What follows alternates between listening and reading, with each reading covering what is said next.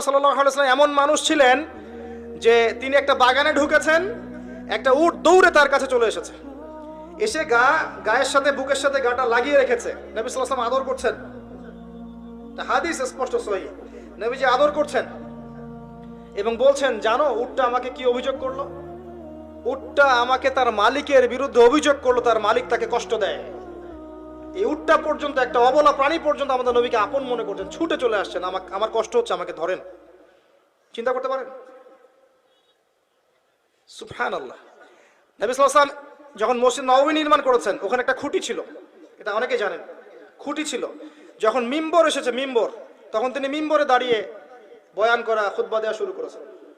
তখন ওই যে খুঁটি, ওই খুঁটিটা থেকে কান্নার ডগডগ আওয়াজ শোনা যেত।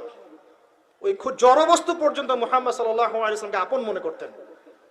মুসলিমদের যে কোনো সমস্যা তারা মুহাম্মদ সাল্লাল্লাহু আলাইহি ওয়াসাল্লামের কাছে যেতেন, বলতেন, তার সাধ্য মতো সেটা সলভ করে দিতেন। একবার নামাজে দাঁড়িয়েছেন মুহাম্মদ সাল্লাল্লাহু আলাইহি ওয়াসাল্লাম, একামত হয়েছে, একামত হওয়ার পরেও তিনি বাসায় চলে গেছেন। সাহাবীরা জিজ্ঞাসা করলেন, ব্যাপারটা কি? নবীজি বললেন, আমার কাছে কয়েকটা দিনার ছিল, ওগুলো দান সাদাকা করে দিয়ে তারপর এসেছে। কি বুঝছেন?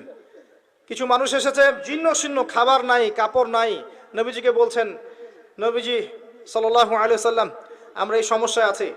নবীজি দেখে এত মায়া লাগলো, চোখ দিয়ে দরদর করে পানি পড়তে লাগলো। তিনি সাহাবীদেরকে বলেন, হে সাহাবীরা, তোমাদের মাঝে কি দানশীলরা নেই? নিয়ে আসো, তোমাদের কাছে যা আছে নিয়ে আসো। সবাই কিছু কিছু করে আনা শুরু করলো। আস্তে আস্তে আস্তে আস্তে স্তূপ হয়ে গেল সম্পদের। এটা দেখে নবী সাল্লাল্লাহু আলাইহি ওয়াসাল্লাম হেসে ফেললেন। এটাই তো সেই হাদিস যে কেউ ভালো বেদাত চালু করলে এটার হাসানা পাবে, এটাই সেই হাদিসটা। তো নবী সাল্লাল্লাহু আলাইহি ওয়াসাল্লামকে সাহাবীরা আপন